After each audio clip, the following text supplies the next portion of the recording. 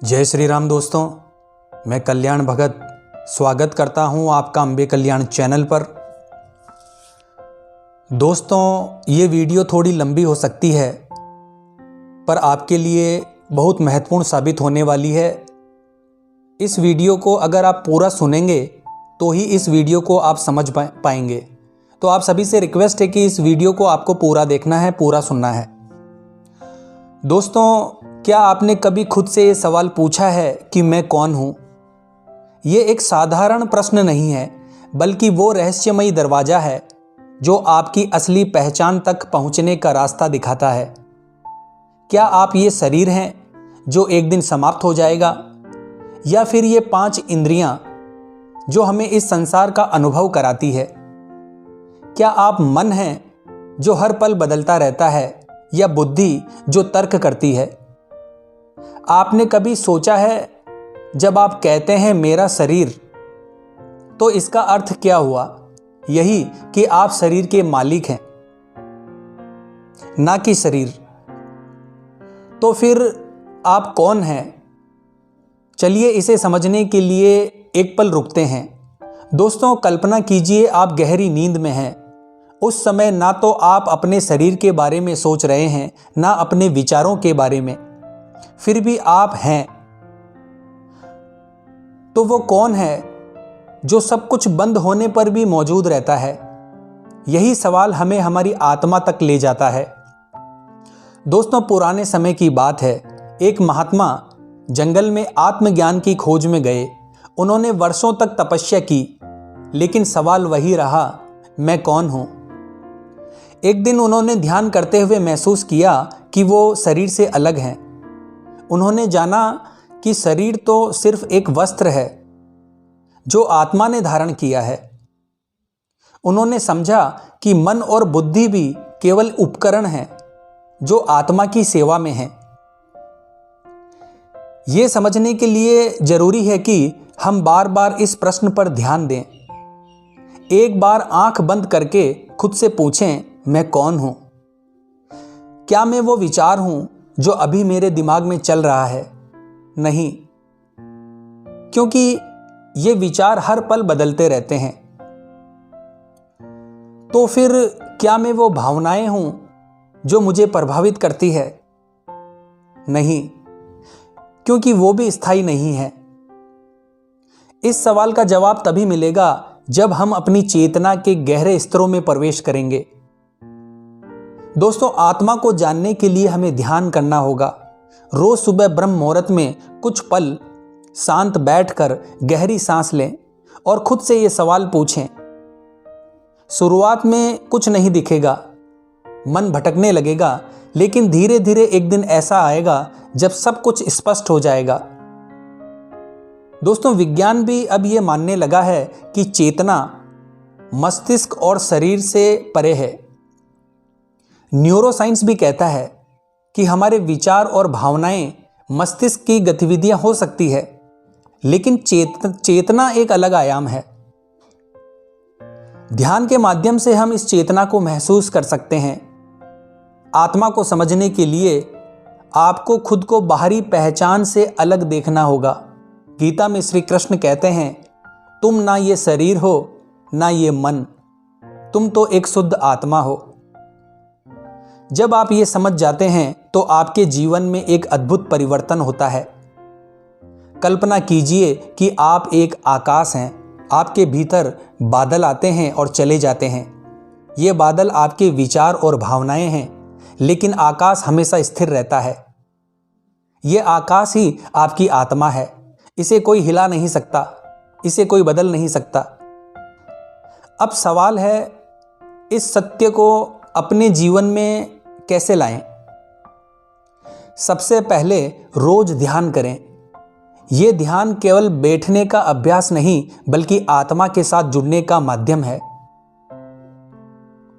दूसरे दिन कुछ पल निकालें और खुद से यह सवाल करें कि मैं कौन हूं। यह सवाल आपको हर दिन गहराई में ले जाएगा।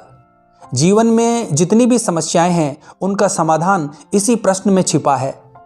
क्योंकि जब आप जान जाते हैं कि आप आत्मा हैं, आपको पता चलता है कि बाहरी दुनिया की घटनाएं केवल एक नाटक है। असली आनंद और शांति आपकी आत्मा में ही है। दोस्तों, बहुत समय पहले की बात है। हिमालय की तलहटी में एक छोटा सा गांव था जहां लोग प्रकृति के साथ शांति से जीवन व्यतीत करते थे। उसी गांव में रहने वाले एक युवा का नाम था मोहित।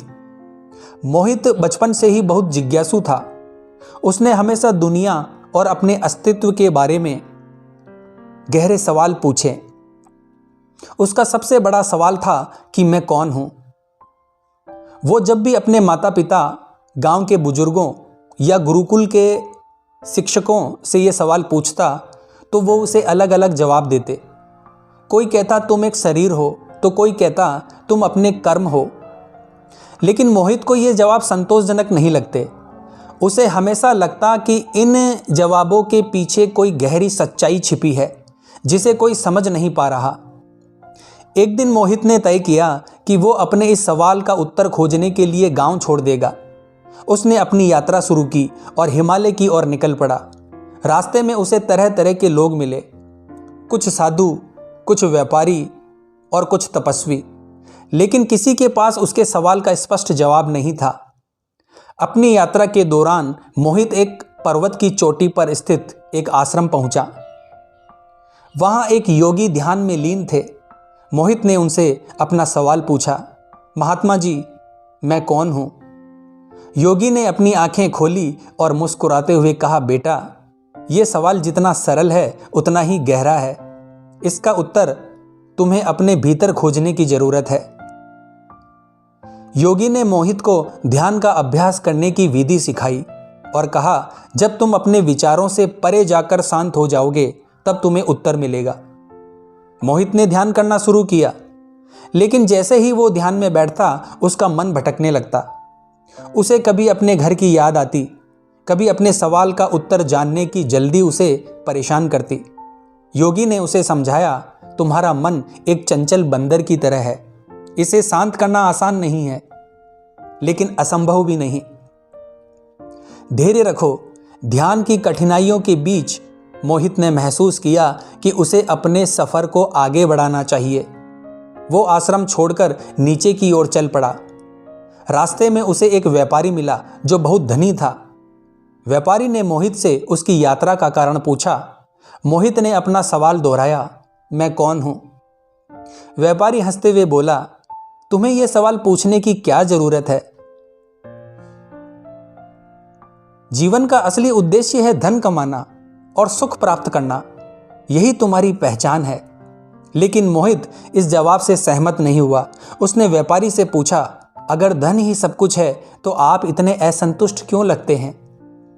आपके पास तो सब कुछ है, फिर भी आपको शांति क्यों नहीं? व्यापारी मोहित के सवाल पर चुप हो गया। मोहित ने समझा कि भौतिक सुख उसे उसके सवाल का उत्तर नहीं दे सकते। मोहित आगे बढ़ा और एक घने जंगल में पहुंचा। वहां उसने एक तपस्वी को देखा जो अकेले ध्यान में लीन थे। तपस्वी की आंखों में गहरी शांति थी। मोहित ने उनके पास जाकर वही सवाल पूछा। तपस्वी ने मुस्कुराते हुए कहा, तुम्हारा सवाल बहुत महत्वपूर्ण है, लेकिन इसका उत्तर तुम्हें अनुभव से ही मिलेगा, ना कि शब्दों से। तपस्वी ने मोहित को एक कहानी सुनाई। बहुत समय पहले एक राजा था जो अपने राज्य के हर कोने में यही सवाल पूछता फिरता था कि मैं कौन हूं। एक दिन उसे एक साधु ने कहा, तुम केवल शरीर या मन नहीं हो, तुम वो आत्मा हो जो सब कुछ देखती है। लेकिन इसे जानने के लिए तुम्हें अपनी सभी धारणाओं को छोड़ना होगा। मोहित को इस कहानी से प्रेरणा मिली। उसने तपस्वी से पूछा, मैं अपनी धारणाएं कैसे छोड़ूं? तपस्वी ने कहा, तुम्हें खुद को दृष्टा बनना होगा। हर विचार, हर भावना और हर अनुभव को देखो, मुख दर्शक बन के देखो, लेकिन उससे जुड़ो मत। मोहित ने तपस्वी की सलाह मानी और अपनी यात्रा जारी रखी। वो गहरे जंगल में पहुंचा जहां उसने एक गुफा में बैठकर ध्यान करना शुरू किया। दिन, हफ्ते और महीने बीत गए। एक दिन ध्यान के दौरान उसने अचानक महसूस किया कि वो अपने शरीर, मन और विचारों से अलग है। उसे एक एहसास हुआ, मैं केवल ये शरीर नहीं हूँ, मैं केवल ये विचार भी नहीं हूँ, मैं वो चेतना हूँ जो सब कुछ देखती है, मैं वो शुद्ध आत्मा हूँ जो ना जन्म लेती है और ना मरती है। जब कोई ये समझ जाता है कि मैं कौन हूँ, तो उसके जीवन में एक बड़ा परिवर्तन होता है।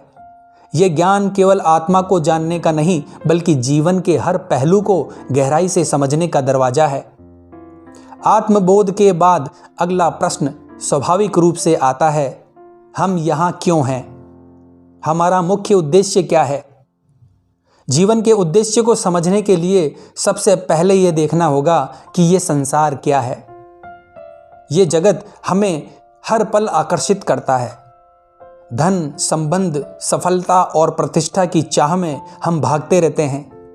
लेकिन जब आत्मज्ञान का प्रकाश हमारे भीतर जागता है, तो ये सब बाहरी खेल मात्र लगने लगता है, क्योंकि ये सब कुछ नश्वर है। ये दुनिया बदलती रहती है और हर बदलाव के साथ हमारी इच्छाएं और लक्ष्य भी बदलते हैं।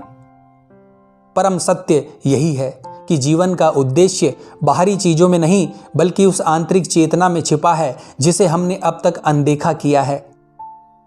आत्मबोध के बाद हमें यह समझ में आता है कि हमारा असली उद्देश्य 2 स्तरों पर है, स्वयं को जानना और उस ज्ञान को कर्म और प्रेम के माध्यम से प्रकट करना। जब आप अपने आप को समझते हैं, तो सबसे पहली चीज जो आपको महसूस होती है वो ये है कि आप इस जगत से अलग नहीं हैं। आप और ये ब्रह्मांड एक है। जो चेतना आपके भीतर है, वही हर जीव, हर वृक्ष, हर पत्थर में है। जीवन का मुख्य उद्देश्य इस एकता का अनुभव करना और इसे अपने जीवन में जीवंत बनाना है। इसके 3 चरण हैं। पहला चरण है अपने भीतर गहराई तक जाना। आत्मबोध कोई स्थिर स्थिति नहीं, बल्कि एक निरंतर चलने वाली यात्रा है। ध्यान, विचार और सच्चे ज्ञान के माध्यम से आप अपनी चेतना को एक विस्तार देते हैं। जैसे जैसे इसका विस्तार होता है, आप ये महसूस करते हैं कि आप केवल अपने व्यक्तिगत जीवन तक सीमित नहीं हैं। आपका अस्तित्व इस पूरी सृष्टि से जुड़ा हुआ है। दूसरा चरण है सेवा और प्रेम। जब आप ये समझ जाते हैं कि हर जीव आत्मा का ही अंश है, तो आपके भीतर प्रेम का समुद्र उबलने लगता है। यह प्रेम केवल किसी व्यक्ति, परिवार या मित्रों तक सीमित नहीं रहता, यह अनंत हो जाता है। आप यह महसूस करते हैं कि हर प्राणी आपके ही जैसा है, आत्मा का एक अंश है। इस प्रेम को प्रकट करने का सबसे सुंदर माध्यम सेवा है। सेवा का अर्थ है बिना किसी स्वार्थ के दूसरों की भलाई करना। जब आप सेवा करते हैं, तो आप अपने अस्तित्व के असली उद्देश्य को पूरा कर रहे होते हैं।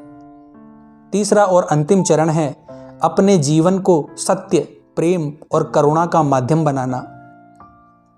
जीवन का उद्देश्य केवल स्वयं की मुक्ति नहीं, बल्कि दूसरों को भी इस सत्य की ओर ले जाना है। जब आप अपने जीवन को एक उदाहरण बनाते हैं, तो लोग आपसे प्रेरणा लेते हैं। आपका जीवन एक जीवित संदेश बन जाता है। यह सब सुनने में सरल लगता है दोस्तों, लेकिन इसे जीना उतना ही कठिन है, क्योंकि हमारे भीतर पुरानी आदतें, इच्छाएं और स्वार्थ छिपे होते हैं। आत्मबोध के बाद हमें अपने भीतर इन पर विजय पानी होती है। जीवन का एक और बड़ा उद्देश्य है। एक बार एक साधक ने अपने गुरु से पूछा, गुरुदेव, आत्मज्ञान के बाद क्या करना चाहिए? गुरु ने मुस्कुराते हुए कहा, आत्मज्ञान के बाद ही असली यात्रा शुरू होती है। अब तुम्हें यह समझना होगा कि तुम केवल अपने लिए नहीं, बल्कि इस पूरे जगत के लिए हो। जो सत्य को जान तुम्हें मिला है, उसे हर किसी के साथ बांटने का समय आ गया है। साधक ने पूछा, लेकिन मैं ये कैसे कर सकता हूं? गुरु ने उत्तर दिया, प्रेम और कर्म के माध्यम से। जीवन का उद्देश्य यही है कि हम अपने भीतर छिपे सत्य को प्रकट करें और उसे संसार में व्यक्त करें। यह केवल हमारे कर्मों के माध्यम से हो सकता है। हमारे हर कार्य में सत्य, प्रेम और करुणा होनी चाहिए। जब आप ये समझ जाते हैं, तो आप हर पल एक तपस्या बन जाते हैं। आप जो भी करते हैं, उसमें आत्मा की झलक होती है, चाहे वो खाना बनाना हो, किसी की मदद करना हो या सिर्फ मुस्कुराना। हर कार्य एक साधना बन जाती है। अंत में ये समझना जरूरी है कि जीवन का उद्देश्य कोई स्थिर चीज नहीं बल्कि एक यात्रा है। ये यात्रा आत्मबोध से शुरू होती है और आत्मा के सत्य को हर क्षण प्रकट करने में खत्म होती है।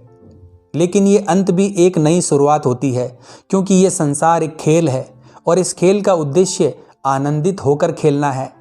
जो लोग ये समझ लेते हैं वो कभी परेशान नहीं होते, वो जीवन के हर पल में शांति और आनंद का अनुभव करते हैं। तो जीवन का मुख्य उद्देश्य यही है, अपने भीतर के सत्य को जानना और उसे दुनिया के साथ साझा करना।